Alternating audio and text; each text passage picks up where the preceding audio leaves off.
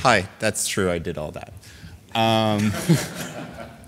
I want to say thank you to the unknown person who translated my slides in French, who was not me. So thank you. A lot of people have acknowledged Len and today, and what I want to do also is, as First Nation people are caretaker of the land, I want to say thank you for having taken care of that beautiful, we kind of see it a little bit in the back, land, so that we still have a place today to meet on. It's still as pretty, and hopefully we'll change the way we are and we'll make the land great again at some point soon. I am not a researcher. I'm not here to present a research. I'm someone who pilot projects, frontline work. I'm a registered psychotherapist. I pay a lot of money with my college to be able to say that, so I love to say it as much as I can. And the idea behind presenting those pilot projects here is that if you're interested or if you want to adapt it in your region, please contact me and we'll make it work. So this is a project, it was a pilot project, because I do love pilot projects, at ACT that we've tried for 1 year, and then after 1 year I went to see my boss and was like, hey, it's the 1 year anniversary. So we bought a cake first, that's the first thing we did. And then we got permanent funding, well, it's not really funded, but we decided to continue it. I mean, it's funded through what it's just piled up to my workload, really. It's how it's funded. So it's a monthly drop-in for long-term care for people who are using crystal meth in their sex life. So those of you who know me know that I run an 8-week group project. The poster was in Dane's presentation for guys who are into guys who want to quit or... So my project is mostly for people who want to quit crystal meth, although we take a harm reduction approach. And so mine remind myself that the people that I work with in frontline work are people who view their use as problematic and want to see it, so that sort of like changes a little bit about how I talk about people that I work with in my projects. I want to also acknowledge that crystal meth is not a drug that I've used in my personal and sexual life, and I think it's important to disclose that.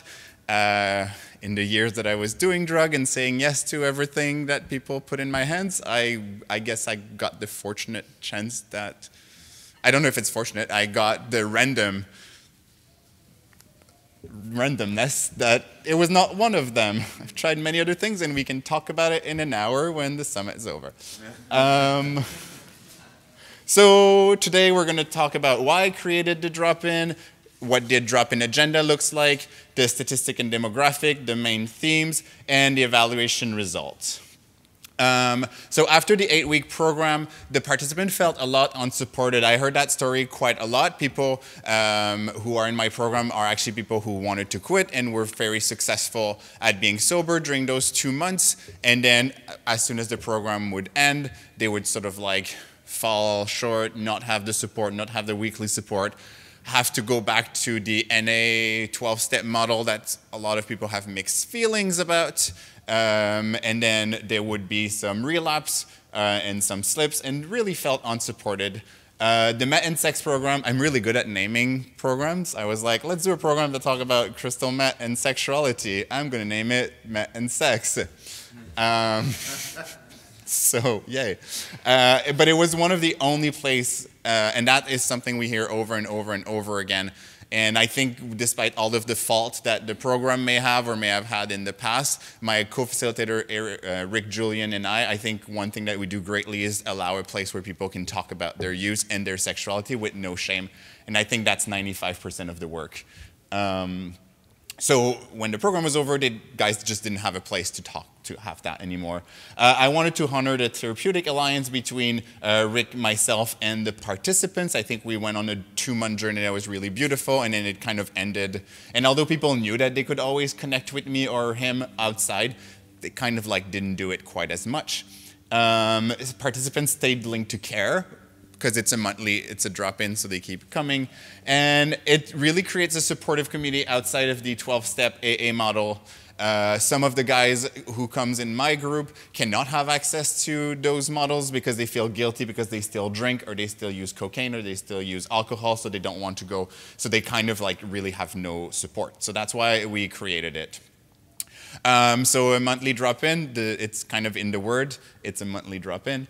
Everyone who graduated from the eight-week workshop can attend on a monthly basis. I'd really, really love to be able to do it twice a month on 2 different nights, but there's only one of me, and there's only like 4 nights that are group potential in a week, and I wish I could change that, but not this year. So what we do is we normally start with a holistic check-in, which is how are you feeling physically, mentally, emotionally, and socially. And I did not update my slides, but recently Rick and I have started asking people also how they're doing virtually. And that has some quite interesting answers. So I've kind of added in all of my holistic check-in. And now, like, the people that we've worked with are, like, really good at doing that. They do it without us asking it. And then we do a met and sex check-in, which is kind of just, the question is, like, how have you been doing in regards to crystal meth use and sexuality since the last time that you were in the space? Because it's a drop-in, some people don't come for, like, 6 months and then they come back. Some people are there monthly, some people... And so they just check in about what has been happening in their life recently. We always talk about masturbation. We always talk about porn. Rick Julian, my colleague, likes to call himself the masturbation police. It's not policing masturbation. We just always ask about it. And when he doesn't, people are like, are you okay? We talk about relapses and successes and kind of everything. And now the guys, some of them have been sort of like known each other for over 2 years. Rick and I don't really need to, we don't need to be in the room anymore, really. We sit at the end of the table, and I remember one day where literally the other, like if I was there, the other participant was like this, talking to the other people, and I was just in the back of the room and was like, okay, it's fine, I'm paid to be here. And then after the check-in, which normally kind of takes all of the time, if we have some time left, it's a discussion about the main themes that happened during that day. And then we do a checkout, because checkouts are really important as a tool. And sometimes we only have 4 participants, and we think, oh, okay, we'll have a lot of time for discussions, and we don't. We just do the check-in the entire time. But yeah, it's great. It's really lovely. I wish you could kind of like see it. I feel like this doesn't convey how beautiful of a space it is.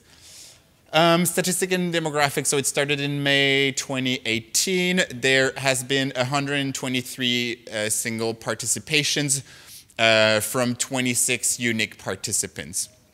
And that's as well. I haven't done one in November yet because we're November 1st. To give an idea, there are 42 people who graduated from the Met and Sex group, so about 26, well, not about, 26 people came at least once, so that's a good number. It's sort of like somewhere between half and like 2/3. The smallest group was obviously in August, and it was 2 people.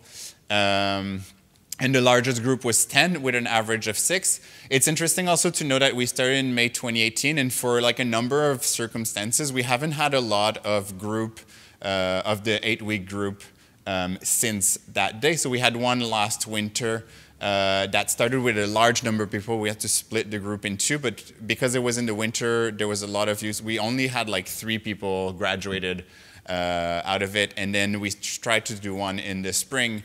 And we started with 6 people, and on week 2, only 1 person showed up. So we sort of like canceled it too, which was the first time that this had happened to Rick and I. So we had to sort of like wonder, why is that? So we're reflecting about that too. But we've just finished another group where we started with 10 people, and finished with 9. So we're still doing something that works.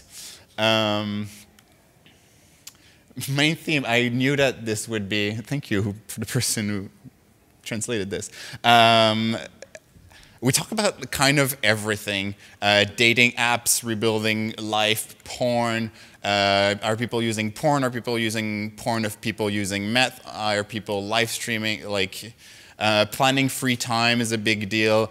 Aging is really real. Health and exercising, relapses, sadness and losses, HIV. There was this beautiful moment in the room at some point where somebody shared that Crystal Meth really helped them deal with the stigma around HIV that they felt. And there was this silence in the room, and everybody kind of jumped in and started talking, and again excluded Rick and I, like we were not needed in that moment. And we ended up talking about HIV for about an hour, which I think is not a space that a lot of people have. We put aside all of the agenda and everything else just to have a space to honor, thank you, that time. Loneliness, obviously, using the word wants instead of shoulds, boundaries, escapism, self-hatred, communications, intimacy, shame, guilt, and stigma. I feel like I could do like a 2-hour like on each of those. I won't, because it's Friday afternoon. So being sober versus relapses, that's really interesting. I remember this guy who said, well, this month I'm going to be sober for 6 months for the first time in 10 years, and I don't know what it's like. I'm much more familiar with using than being like I know what using feels like. I know my friends are going to be disappointed, my boyfriend's going to be angry, but I'm much more equipped to deal with all of that than to deal with the unknown of what it is to be sober for 6 months, which was a very powerful thing to say, and I'm glad that we created a space for them to say that. Fear of missing out, which is really real. Having positive friendship, the loss of friendships too. It's a thing that guys talk a lot about, like all these beautiful people that they met while doing Crystal Meth, and now they cannot connect with them. They have to say no, put really strong boundaries, and it's sad because people who use Crystal Meth are amazing people, but right now the people who want to stop cannot have them in their life because it's too triggering for them, and they've decided to stop for XYZ reason. Routine and boredom. Is boredom there twice? Like, yeah, loneliness, boredom, saying no, self-care, and gateway drugs, which is a big deal. We talk about it a lot. Yeah. One thing that emerged from the group is that a lot of person were saying, I wish my friends, my family, my partners had a place to come talk to a professional about my reality, because when I tell them, they don't really trust me. And they were like, it's fair, I wouldn't trust myself either. I've lied to them so many times. And so we sat together with some of the participants, and I've put together a workshop that is for, it's called the Loved One Workshop, because again, I'm great with names. And I piloted it on September 25th. I got 16 or 17 participants, I think, that were parents, boyfriends, best friend, all mixed up. And it was actually really good, and I'm excited to do it again. If you're interested in how it worked and having a look at the slides, you can contact me. It was really beautiful. And again, I have the support of my amazing boss, who's not in the room right now, but I was just, I want to do that. And he was like, do you have time? And I was like, no, but I want to do it still. And he was like, okay, self-care, do it. And now I'm doing it. And in terms of evaluation, there's one thing that I didn't say. I want to come back to this. There's one thing of the main theme that I haven't said is because it's a drop-in. Some of the guys come every month, but most people kind of only come when they feel like they need more support, and that's something that we kind of need to think about because it's great that they're allowed to come but sometimes it gets a bit heavy, and those success stories are not always present in the room because people who are living the success stories don't feel like they need more support. And each month I send an email and I receive a bunch of emails back from those 42 guys saying like, hey, I'm not going to be here this month. Thanks for checking in. I'm going to call you next week. So they really link to care, but they don't necessarily come to the drop-in. And they're like, I'm doing fine. Some people just call me and have a chat for like 5 minutes to tell me about their life, and then they hang up and they're like, oh, is it already the first Wednesday of the month? I forgot. Keep the good work. So anyway, it makes that in the room, there's mostly people who feel like they need more of the support. They can ask me for more counseling, connect to care. So that's actually pretty successful. So there was 1 minute left. But Dane only did 12 minutes. So I did an evaluation. I got 17 evaluations out of the 26 guys, which I find is pretty good. Over 3 months, 12 of them were in person, and 5 were online, which is pretty good too. There's 5 guys who did not have the chance to come during those 3 months in person, and they still took the time to fill the evaluation online. Unfortunately, well, I have none of those, because I sent the evaluation, but none of those guys that are not part of the 26. So those, I want to say 16 person who did the group but never came to the drop-in filled the evaluation. So that's a big problem in my evaluation data, but I'm not a researcher. And generally it was very positive feedback. The graph on this side is sort of to say that people, like there's the same amount of people who completed the evaluation that completed a program in less than 6 months, in 6 months to a year, and in more than a year. So that means that retention is sort of like equal in all parts depending on where people have done the program. And I think that's it. Oh, there's comments too. It's encouraging to be part of a group that had all types of men from different backgrounds with similar issues, feeling, and ways of coping. It helps me stay in check, be a better person, a contributing member of society. I'm very grateful with the courage that people are willing to share their vulnerabilities and experience. I recognize that I need continuous support and try to actively expand my social circles to include others who have my experience. I was in search of a non-AA type of support. It feels like I have more knowledge about the difference between meth and sex. I have better tools to deal with my meth addiction. And although I enjoy the program, I find sometimes the conversation can be a little bit triggering, which is fine. It's always the first thing that Rick and I say. This is not a trigger-free zone. Life is not a trigger-free zone. So learning to have tools to deal with those triggers is what we're hoping. And I think that's it. Comments or questions are probably after. And this is my contact information if you want to steal my stuff and deliver it in your region.